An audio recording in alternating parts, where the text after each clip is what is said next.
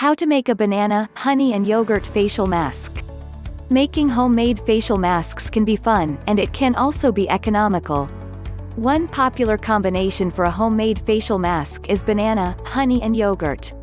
Honey is a natural antiseptic, and it tightens the pores. Bananas are nutrient-rich, so they nourish the skin.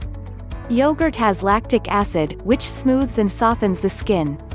Once you know how to put these three ingredients together to make a natural facial mask, you can use it once or twice a week to keep your skin looking healthy.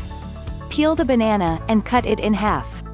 Put half of the banana in the mixing bowl, and mash it until it is creamy.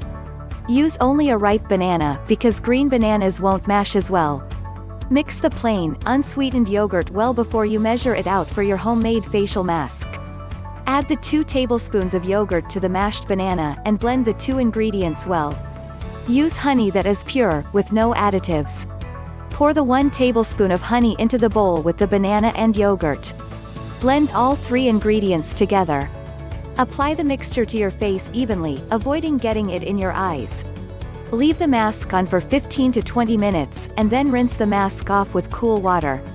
Then, pat your face dry with a washcloth.